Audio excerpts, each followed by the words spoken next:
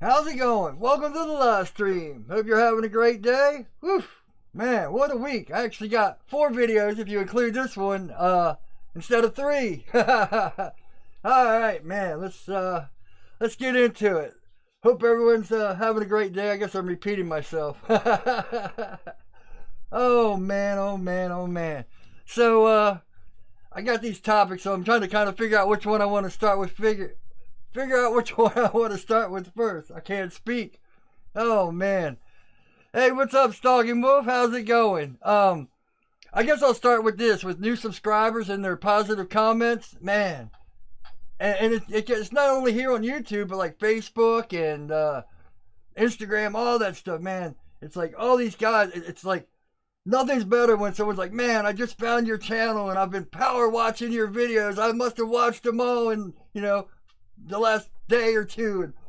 And excuse me. And it's just like, man, it's like, sometimes it's like, man, all this hard work and all that stuff. It's like, man, and you see all these other channels and they have like 10,000 subscribers. Like Outdoor 55 just hit like 100,000, and Simple Little Life 200,000. You see all these guys. It's like, man, I just feel like I'm growing so slow.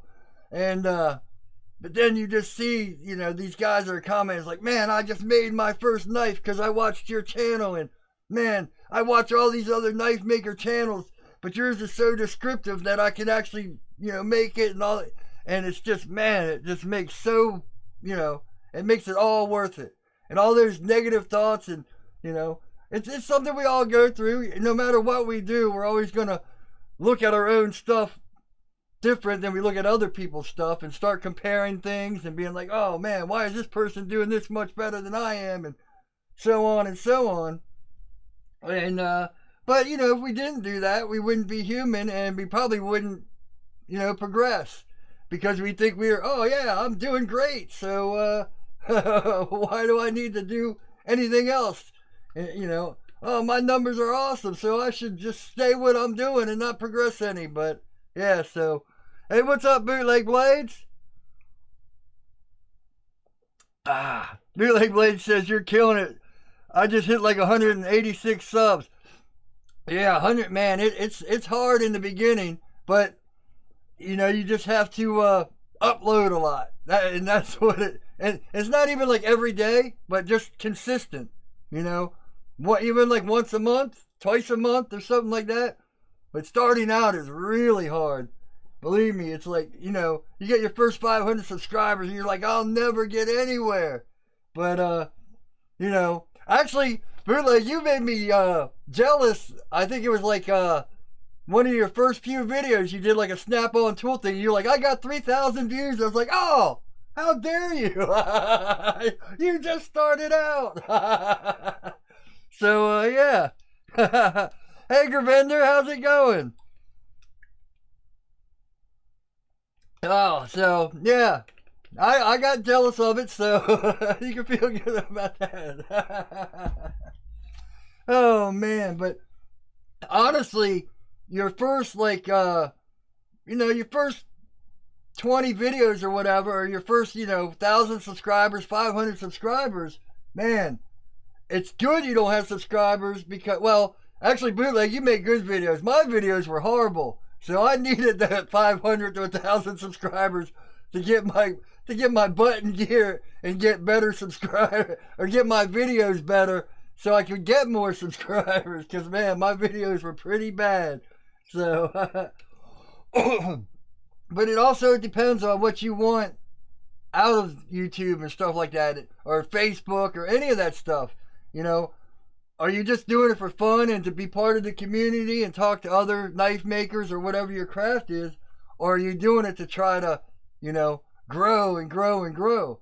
Because when I first started out, it was like, oh, I want to make videos so I can sell knives because I can't sell anything.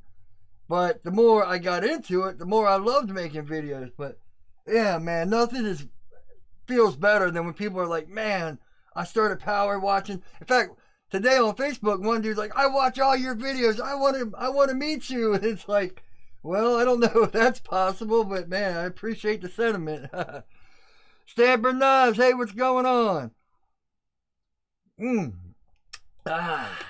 I don't know why I just made that noise. Anyway, so let's get into our another topic, which I gotta preface this. I think that's the word. I'm throwing out words I don't even know by saying this is not a put down to women, and it's not a egotistical male chauvinist thing, a chauvinistical statement. But in fact, the two women that I'm basing this on could both probably kick my ass no problem. So it's not a strength thing or women are weaker or anything like that. But I made a knife, or some of my old knives I'll give away, because they're sitting around. But every time I give them a sheath like this, they can't open it. They'll be pulling on it and struggling and fighting it. And like I said, these two women, the one woman could work circles around most men I know, and she's that strong tomboy type, beautiful woman, but, very strong-willed. And the other lady is the one that takes care of my mom and stuff. And she'll be picking up my mom and stuff, one hand and stuff, no problem. And I'm like, can you come over here and help me? So it's not a strength thing. But they cannot open a knife, either one of them. And it blows my mind. It's like, just take your thumb, push it there, and it opens. And they're like, ah! And they're pushing, and they're pulling, and they just can't get it open. It's like, it must be the way their thumbs, or maybe, I don't know what it is. But it's like 3 or 4 women I've seen try to open it, like one, but my sheets are real, you can hear that pop. So they are, in that click. So I do make them real tight. But it's just it's like, I'll just be like, look, just take your thumb and pop it like that. And they can't do it. And like I keep repeating myself because I don't want to come off as a chauvinistic statement like, oh, women are less superior. Because like I say, both these women could kick my ass. I can almost guarantee it. Stalking Will says he was thinking of adding tension locks to his sheath. Tension locks. Is that? I don't know what that is. Gravender says, Gravender, I have tried to teach them. I've tried to show them. In fact, I've been like, okay, maybe you're pulling down, so you're putting pressure there. I'm like, just pull straight out. And it's like, look, just take your thumb, one thumb. Neither of them could do it. So, yeah, Stalking Wolf, what's a tension lock? Is that, oh, do you mean like a tech lock? You mean, so you add it on and it locks on your belt? Is that what you mean by tension lock, or am I incorrect there? Chip says he was scared of giving my elderly neighbor a knife with a sheath because she might not be able to get it out. And see, that's the one knife I gave the lady that comes and takes care of my mom. I even took it down and because she was going to give it to her father. She's about my age, so her father's older. And I came down here on the belt grinder, and I even opened up the tabs here, so it'd slip in and be real loose and stuff. And she still couldn't get it open. I was just like, well, once you give it to your father, he'll get it. Now that's a chauvinistic statement, but I'm just kidding. Yeah, so. I don't know what's going on there. It blows my mind. Now, if I was trying to open it with this hand, which is my picking hand for my guitar, I could see, but I don't really use this thumb. I guess I do hold the guitar like that, so maybe my thumb's in grinding and stuff. But it just seems to be, I don't know what it is. Chip says, go leather. Man, I got all the leather supplies here. I just, I don't know. It's one of those projects. I got so many projects coming up.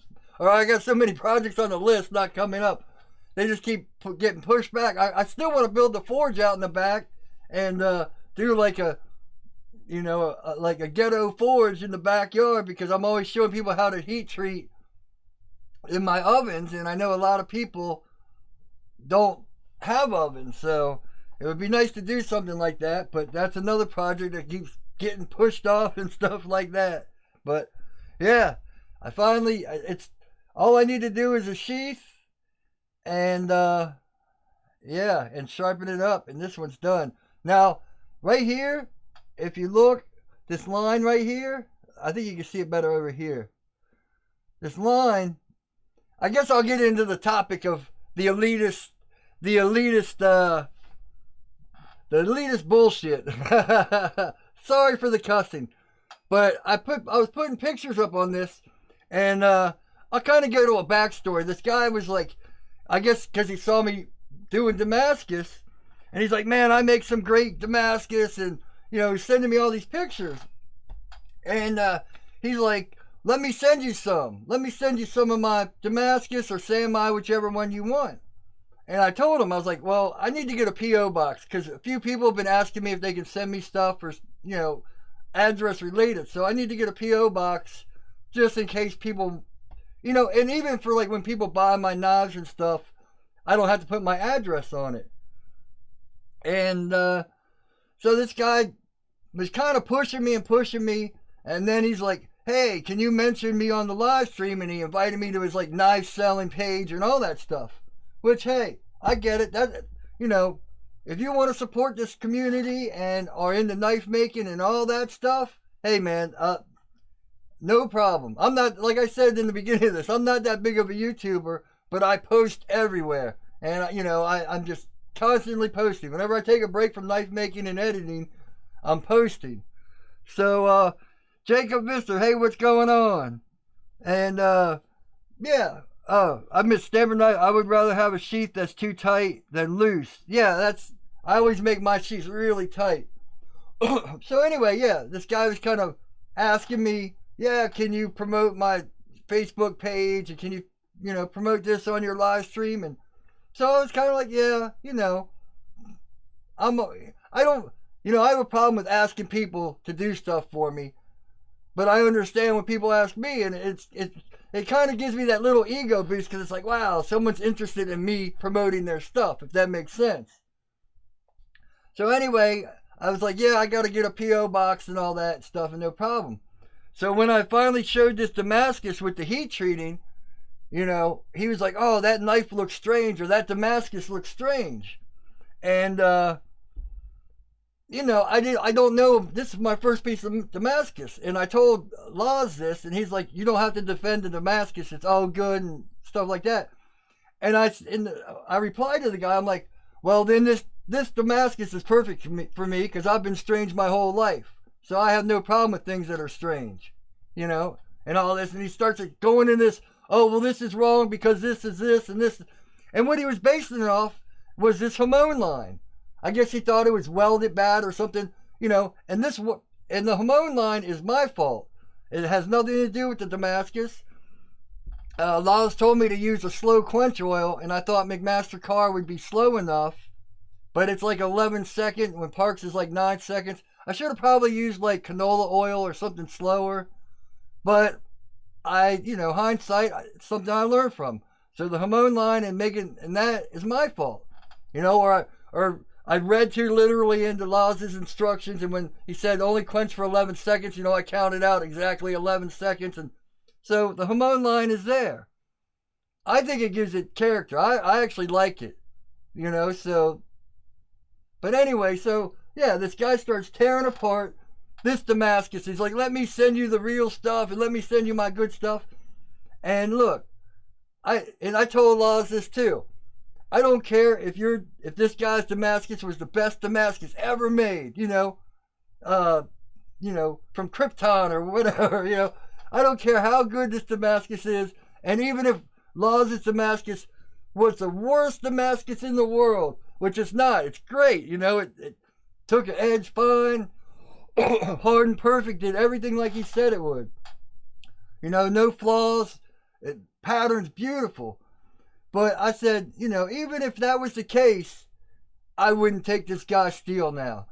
You just don't, and that, it's like, oh, my stuff's so much better than yours. That's not what this community should be about.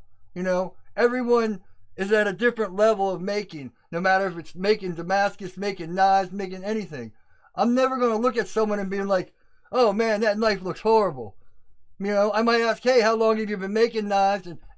And maybe say, hey, have you thought about doing this or doing this? But I'm never going to try to promote, hey, my knives look better than yours, so you should quit and, buy my knives and stuff. You know what I'm saying? So, man, it really rubbed me wrong. And there's a few things, people are always commenting, man, you're so happy, you always make me laugh, man, you're so positive, blah, blah.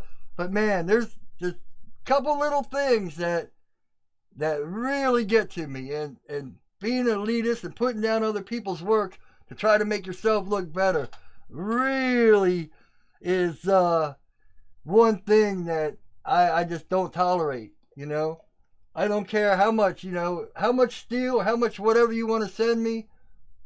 If you're going to do it at the cost of someone else's investment, I guess investment's the right word, at someone else, Laws took all this time, put all this effort into it, made this beautiful steel, and you're going to sit there and put it down and say yours is better. It just don't fly with me. I'm sorry.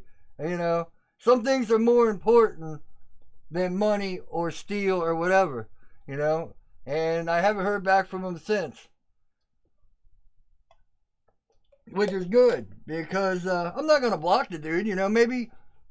Maybe it was miscommunication. Once again, maybe I misunderstood what he was saying. Maybe he was just trying to be helpful. And so, it could be my fault too for taking offense so easily to something said. And when he said it looked strange, I was a little off, but I wasn't bad. It was when he started saying, oh, that's forged wrong, and this is wrong, and that's doing this, that's what upset me. Saying, instead of saying, oh, well, maybe he could do this different, or, I do it this way, something. But I kept telling him, look, you're talking to the wrong person. I don't know anything about Damascus. I have no idea what you're saying. I've never forged anything in my life. So, you're just talking to the wall because I don't understand any. And I told Laz that. I was like, man, I wish I could have defended your steel more. He's like, that steel doesn't need to be defended. It's what it is. There's no inclusions. There's no whatever bad happens to Damascus when you're forging and stuff like that. He's like, it's a perfect billet and it can make a perfect knife. He's like, is there room for improvement? Yes. And he's like, I'm always working on improving, and just like I am. In fact, he even said, his girlfriend told him, oh man, your knives look perfect. And he's like, no, they're not perfect. I've got a long way to go. And I say the same thing.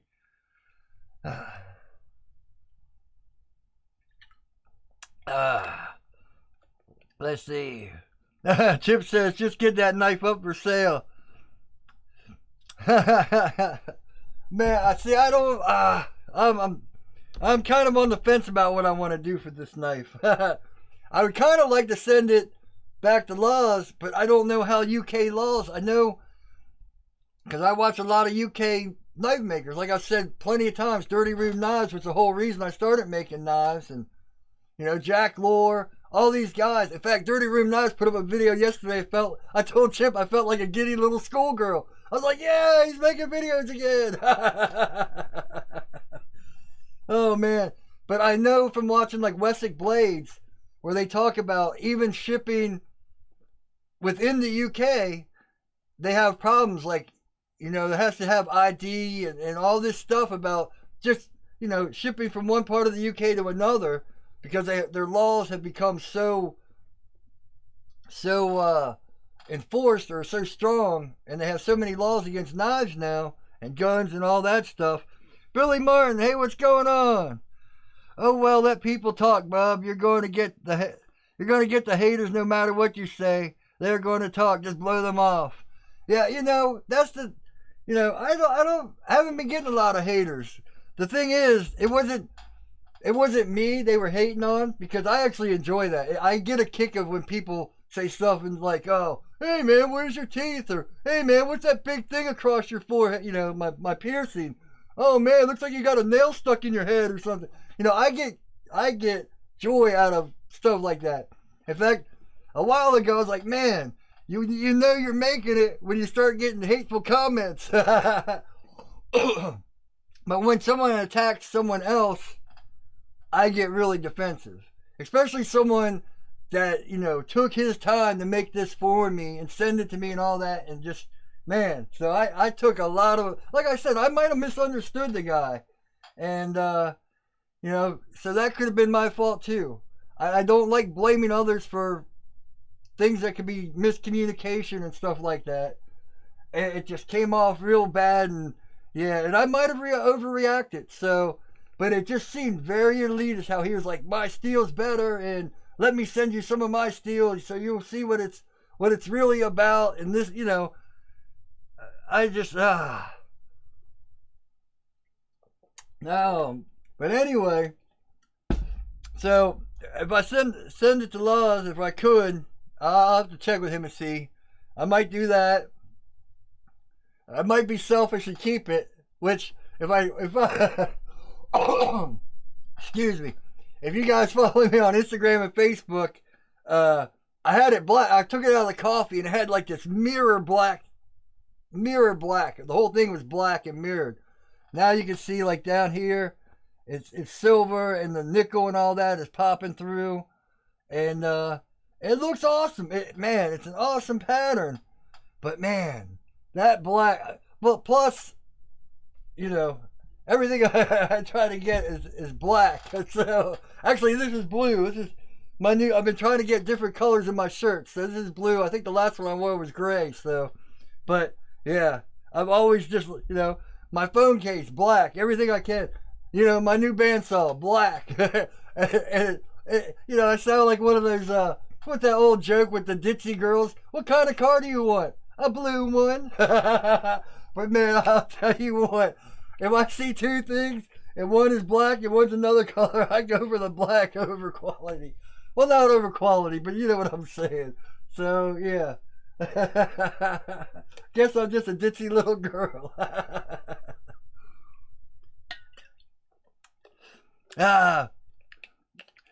Chip says, Goth Dave. You think you're kidding? I used to wear fingernail polish, like black and blue fingernail polish and stuff like that. And, I had girlfriends that would, put eyeliner on me and stuff like that. But I was never goth. I was never really any classification, because I've always been, I don't follow the herd. I'm always kind of a separate entity. So, I would like doing that stuff, and actually, I would usually do it when it wasn't, like, if we were going to a goth show or a metal show or something, I wouldn't dress metal, I would dress something else, and vice versa. Because, like I've said 100 times, I love attention. I'm not good at talking to people one-on-one, but man, I love being the center of attention, which is why I love doing YouTube and stuff like that. So, whenever people even hate, negative feedback is still feedback, right? Or negative attention. Oh, man. But that's what happens when you're different. Or when you're strange, like my Damascus. Oh, man. Which is actually funny. Because Stamper Knives, a lot of times I leave the black oxide coffee finish on my blades. It depends on the style of blades, but I dig it. Man, I'll tell you what, that coffee, that black oxide, oof, man. And since, I shouldn't spoil it. I'll just say hand sanding was a minimum. But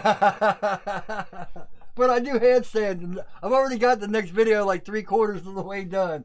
But I'll leave that for you guys. It'll be a little teaser. But man, that mirror finish. Actually, if you guys are on Instagram, you probably know already. Or Facebook. But man, that mirror black finish was just, woof. Yeah. But anyway, talking about being strange or, getting your ass whooped, I guess that's why, I was a strange kid. So I always, I couldn't fight. I wasn't a good fighter, but I could take an ass whooping, which I guess in turn kind of makes you a good fighter. I just don't believe in fighting and never really have. But you got to stick with me on this because you'll understand. But I feed a lot of animals out there, like squirrels, chipmunks, birds, a bunch of birds and all that stuff. And two birds that come every day are these two cardinals, a female and a male. Well, about 3 weeks ago, they had a baby, a female cardinal. And for the first week and a half, the father was like feeding it and, teaching it how to eat and come over and eat and just taking it under its wing and really showing everything. And then after 2 weeks, I noticed the original male and female were there, but every time the kid would fly over, they would chase it away and like, whoop its ass, So, and it made me think, it's like, man. And then I'd see the little bird, would go chasing other things. So they're whipping its ass to teach it, how to be tough. Because these two cardinals, cardinals are like this big. Anytime a blue jay, which is like this big, comes in to try to get a peanut, the female cardinal takes off after it, and there'll be like 3 or 4 different blue jays, and this cardinal chases them all away.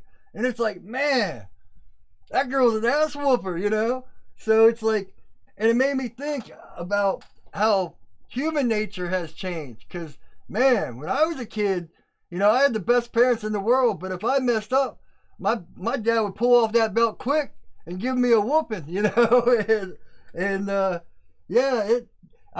never understood it, because he'd always say, this hurts me more than it hurts you. And it took me years and years to realize he wasn't just whooping me because I was bad. He was trying to teach me right. And they did, They whooped it right into me. In fact, they told my teachers, if Dave gets out of line, make sure to smack him, Well, that's, what I'm saying, You can discipline him. We have no problem with that. And I also understand I don't have kids, and, I don't have dogs and stuff like that, because I know I'm not responsible enough for myself. So, I got to take care of my mom, but that was pushed on me, and I accept it gracefully, and it's taught me responsibility.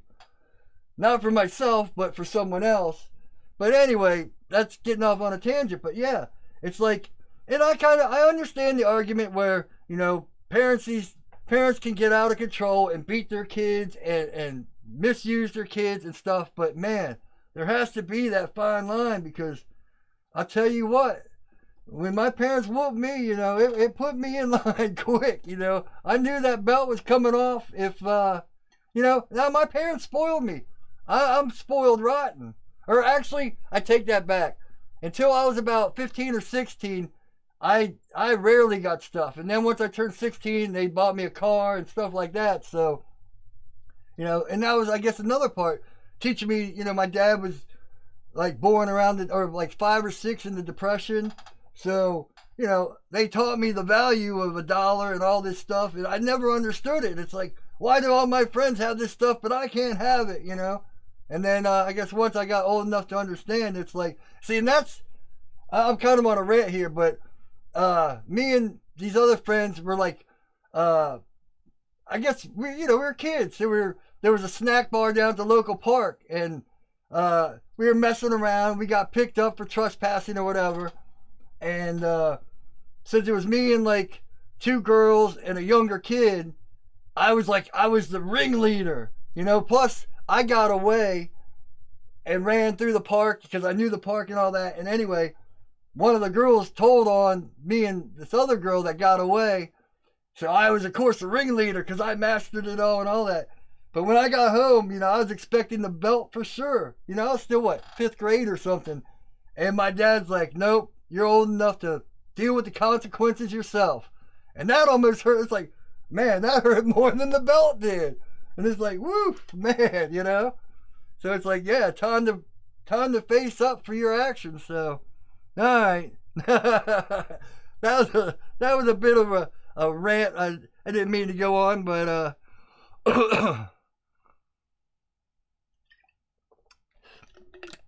oh, Chip, did I do Rocky Horror Picture Show? Oh man, did I ever?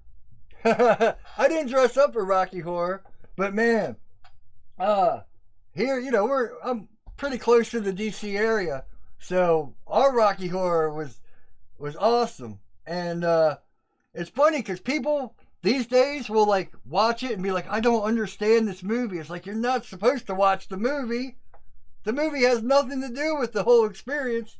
You know, people bring squirt guns and stuff, and when it starts raining, it starts spraying, you know, so it's like raining in the theater. And we even had in the beginning part, like, there was, you know, the seats would come down and there was a flat spot, like the floor, and then the screen. And in the beginning of the movie, everyone would start slam dancing to the music and stuff. You know, this was like, what, the 80s? 85, 86. So yeah, the movie would start and the first scene would come up and everyone's slam dancing and stuff like that. And, you know, when the wedding's going off, people are throwing bread for the toast. And yeah, man, that stuff was a blast. Man, yeah, Rocky Horror was great. But then I went to Virginia Beach. When I moved to Virginia Beach, it was a whole different scene. And they're like, oh, you're a Rocky Horror virgin. It's like, man, I've seen this movie probably more times than you guys. And I went to see it, and they had like a stage in front of the screen where they had like 5 or 6 actors that would act out the whole movie as it went on the screen. And no, I was like, wait a minute, aren't we supposed to be throwing water and bread and slam dancing? They're like, no, we just watch the actors do it. It's like, well, what's the point of that? That ruins the whole, you know, it's like, I might as well just sit there and watch the, you know, Rocky Horror isn't about, you know, watching the stupid movie, because it's a pretty bad movie. It's all the stuff that goes along with it. Oh, man. Oh, so I noticed on Instagram that all the hashtags are back up, like knife community and knife sales and stuff like that. I don't know if they're still up, but I checked. I guess it was Wednesday and they were up. So maybe, you know what I think it is people like to complain and start things. So they'll put something in and it has to go through Instagram's whole thing. Oh, well, these people are complaining about this. We better take it down because it's wrong. You know, all these anti-gun or anti-knife people and stuff like that. But it seems to be back up. I haven't checked it today or the last couple of days, but let's hope it stays up. I mean, man, we're getting such a bad rap here, man. Come on. We're a community, man.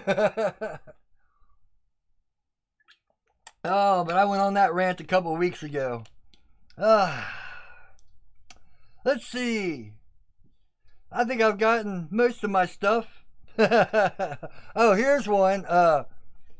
OCD, is it a curse or a blessing? Because, man, a lot of times I don't know. Because, you know, the good thing about my OCD is I focus and I figure out how to do things that are different than how most people do them. And, you know, I'm always trying to rant and preach that in my videos. Look. Just because you see all these guys doing it this way doesn't mean you have to do it that way. Now, once you get the basics of knife making down or any skill, once you get the basics and learn the basics and figure, you know, okay, this is done this way and this is done this way and this video helped me figure it out this way, go watch another video from someone else and maybe they have a different perspective and all that. And then, you know, as you build your perspective, figure out what works for you. You know, and I always say that. Just because I'm doing it this way doesn't mean you should do it this way. It's just the way I figured out how to do it. And a lot of times it might not work out for you because I do things backwards and all kinds of crazy steps. Billy Martin, MT just sub. Looks like a great video to watch some how-tos. Just so, I'm confused. I can't even. Just looks like some great videos to watch. So, some how-tos. Oh, my dyslexia. I'm reading backwards. I'm sorry. Yeah, thanks. Appreciate that. But, wow. I lost my OCD. My ADD and my OCD. How many other letters can I fit in there? Oh, man. But, you know, sometimes it really helps me focus and stuff. But other times, man, it's like such a curse. Like on that video where I'm grinding, like the Damascus, the preheat treat bevels. I'm sitting there trying to get these bevels perfect when I know I have to heat treat it and all that, but I just can't break out of that. Okay, it's good enough. When it should be good enough because they're going to be heat treated and reground and all this stuff. And it's like, man, it's like sometimes OCD helps me figure things out better. And it's like, okay, I'll stop doing it like this because this isn't working, and I'll attack it this way. But other times it's like, oh, I get so driven into that circuit, it's like, man, I can't figure out how to do it the other way. And it's funny because the way my head works sometimes, like, you know, like asking for help. I'm always talking about how I can't ask for help. I'm horrible when it comes to asking for help. But also, it's like my ego or something in me that for a long time wouldn't take advice. So someone would give me this advice and I was like, oh, whatever, I got to do it my way. And it wasn't even that I didn't want to take their advice. It was that mindset of, oh, I've got to do it my way. I don't want to do it like someone else. I want to do it my way. Which, for the most part, is a good philosophy. You know, don't be like other people, be yourself. But when someone's giving you advice, it's horrible. You know, because if it wasn't for someone telling me about boiling the vinegar, I would have never learned how to do those awesome hormones with vinegar. So it's like, man, I gotta like adjust my brain to figure out. It's like, okay, someone's trying to help you, just shut up and listen. But also, I think one thing, Stocky was, hey, Laws made it. Hey, Laws, I just spent the last 20 minutes talking about your Damascus and that elitist guy that was trying to say how bad it was. Oh man, that really got to me. Yeah, man. I think I figured out why I got that hormone line. You said to use a slower quench, and I used that McMaster, and I think that's what gave it that hormone line. But yeah, man, I'll tell you what, Laws, after doing that coffee etch, I didn't want to sand it. Man, that black, I had it to like a black mirror, and it looked good. It looked real good. But yeah, so, but, whew, man. I might have to put it back in the coffee and make it black. Oh, man. Right on. Oh, but yeah, so, but I think another reason when it comes to taking advice, I'm so skeptical is because, and now I've gotten better at it, but a lot of people out there like to give advice when they don't know what they're talking about, especially in like knife communities and like people that watch Alex Steele or Forged in Fire and all this stuff, man. They love to give you advice when they've probably never even made a knife in their life. Advice knife. Hey, I just rhymed. What do you know? I thought I said the same word twice. Oh man, I'm a poet and don't even know it. 3 times. But yeah, and now that I've kind of gotten a little better at knife making, you could kind of see when people are talking out their ass, because they'll say things and like 3/4 of it is right, but there's that little twinge. It's like, man, what are you talking about? I don't think you understand what you just saw or read or whatever, however you got this information. And so, and I don't want to be an asshole about it. So I'm like, oh, have you done this? You know, whatever it is, that's my next question. Have you done this?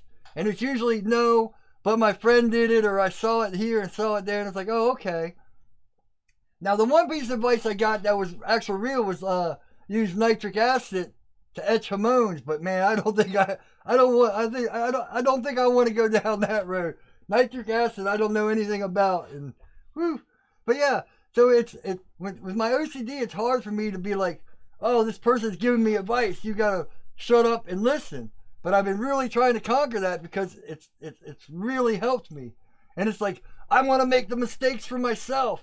You know, if I'm gonna fail, I'm gonna fail because I did it myself. And man, it's just a bad way to be.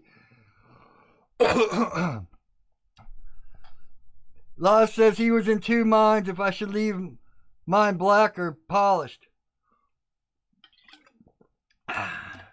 Yeah, man, I'll tell you what, that black, all black looks so good. And it's like, woof, man. But I do like, yeah. In fact, I had it in the video, my next video. Or no way, I guess it was on Instagram. I had one side sand it and the other side black, and it's like, man, which side is the best? I don't know.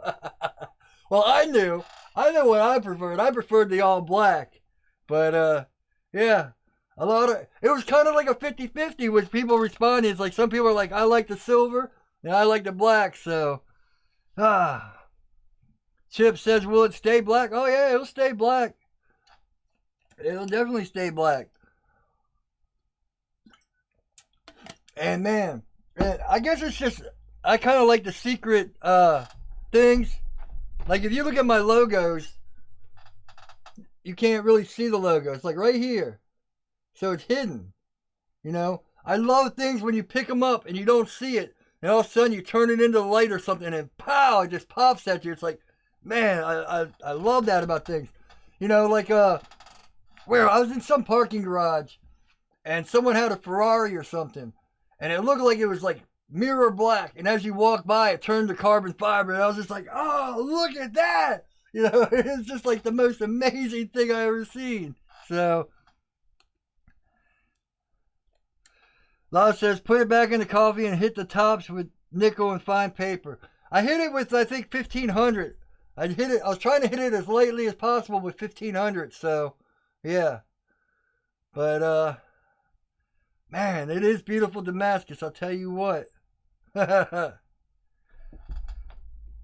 even like the Hamon lines because, you know, it makes it strange. Oh, man.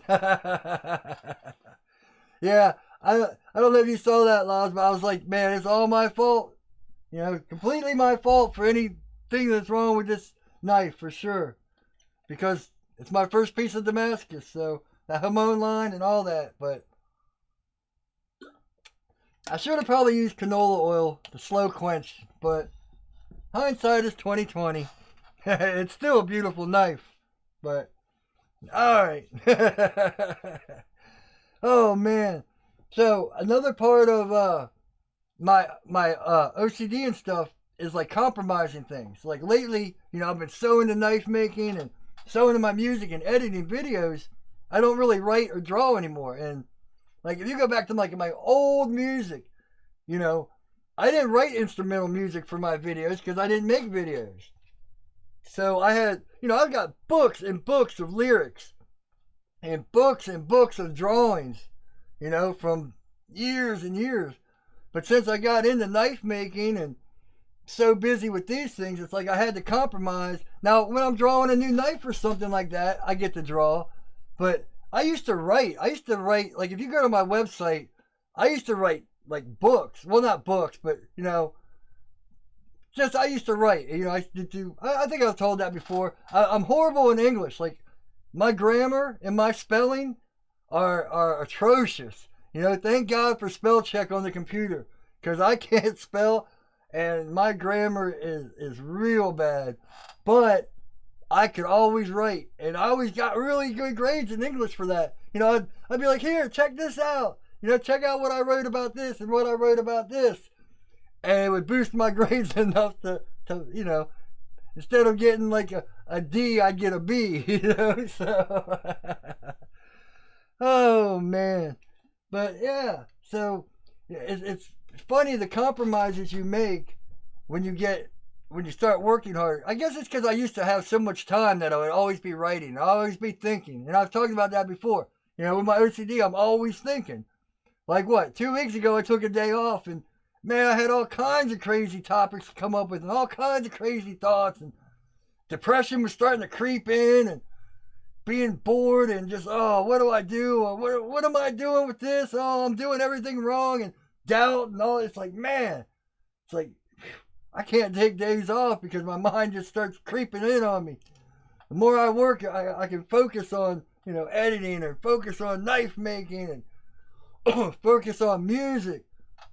But, you know, I don't put my vocals in. You know, I do love screaming. I won't call it singing because it's not singing. It's definitely screaming. But, yeah, I'm just not that good at it. I mean, my really hardcore stuff, I got a great, you know, loud voice. So my voice could carry. I remember playing shows and like someone like well, it'd be parties, it wouldn't be shows, and the band before us would take their mic, and we didn't have a mic or something, or something happened where we had to use the mic amp for another bass or something like that, and I would just I'd just stand there in front of the crowd yelling, and people could hear me. So it's like I don't need a mic, I got a loud voice.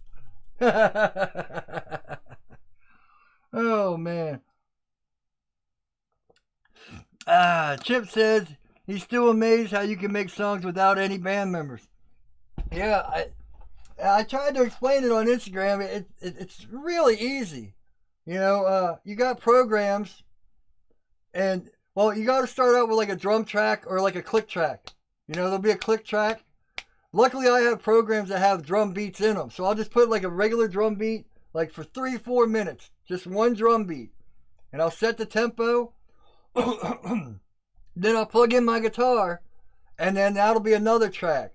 You got multi-track recordings, and then I'll just play to the drums. So the drums are playing, and it's like me and the drummer sitting there playing and recording it, except it's being recorded. The drums are already on one track, so it's there. The drums are already there, so I don't have to worry about the drums. So I put the guitar down, and I play the guitar, and then after the guitar, I come back and I put in the bass, and then the leads and all that stuff. And then I used to turn on the microphone and scream into the mic. If you go to my music channel and stuff, you can hear all my loud screaming and stuff. But the funny thing is, I was really heavy in the not vocals, I was really heavy into my lyrics. And it wasn't how I sang them or nothing, but if you go, most of my videos on that page have the lyrics in them and stuff. It's like I always made these lyrics that were just like really, I almost said instrumental as a pun, but that were just, made people aware, They were just lyrics that are all about, like believe in yourself, and stuff like that, and all that kind of stuff. But, or look, it's one verse is like, look into the eyes of a man with no soul. Scars dictate his story. Life has taken its toll. I had to think a second. Stuff like that, like really profound lyrics, Or, look at the old man bumming change on the street. One day, will that be me? I forget those lyrics. I forgot it. Just really profound lyrics. But it was put to like really heavy music. Which is funny because, most is all like death and all. Mine are just like, about life. Woo, man, 347. Look at that. Chip, so you are playing. Yeah, I play all the instruments except the drums. My drumming's not good enough for me. Is that an egotistical statement or what? No, I can play drums, I just can't play them good enough to where, Oh, I can't say that without sounding like an egotistical bastard either way. I'm not up to my par. But I love playing drums. Tell you what. Alright, we hit about 350 or whatever, so, yeah. I've ranted and raved enough and bored you guys, and everyone's probably like, what the hell is he talking about? Man, I need to get a little beep button so I can cuss more. Because I'm like holding every time I talk on live, I like hold myself back so I don't cuss. In my videos, I can just put a little beep there. But excuse me. But anyway, I think that's about the end. I got shirts like this. This is a new shirt, and I got like 3 others on my website. The website will be the first link down below. I got Amazon links in the description and on my website. And where's that other? Oh, this knife is actually for sale. It's got that mirrored Hamon stuff. So I got this one and like 3 others. There we go. Get that carbon. I got it so dark in here I can't even see the knife and stuff. But yeah. So it's got like that mirror finish Hamon with the stone washed and all that. The hidden logo. There we go. And shirts, knives, all that good stuff. Yeah. Man, I'm trying to get this selling thing down. I need to go to a class on how to sell. but then I'll lose my integrity. Oh, man. Thanks for coming by, everyone. Let's have a great week. I've already got the next video almost done. So, man, it was so good to get 3 videos up this week in this live stream. But, man, I've just been working nonstop trying to get this done. You know, at least I got the other knives. I got a whole bunch of, I got like 6 knives I got to do kydex for and sharpen and stuff. And I got an awesome thing coming tomorrow, but I'm not going to spoil it. You'll have to see. That video might be come out before the last Damascus, but bootleg, it's something you have that I've talked about wanting, so you'll probably know what I'm saying. Anyway, it's amazing. Man, I've wanted this for months and months and months and months and couldn't afford it. But anyway, I'll leave you hanging, all you guys hanging like that. So, yeah, have a great week. Thanks for stopping by. And, yeah, as always, take it easy.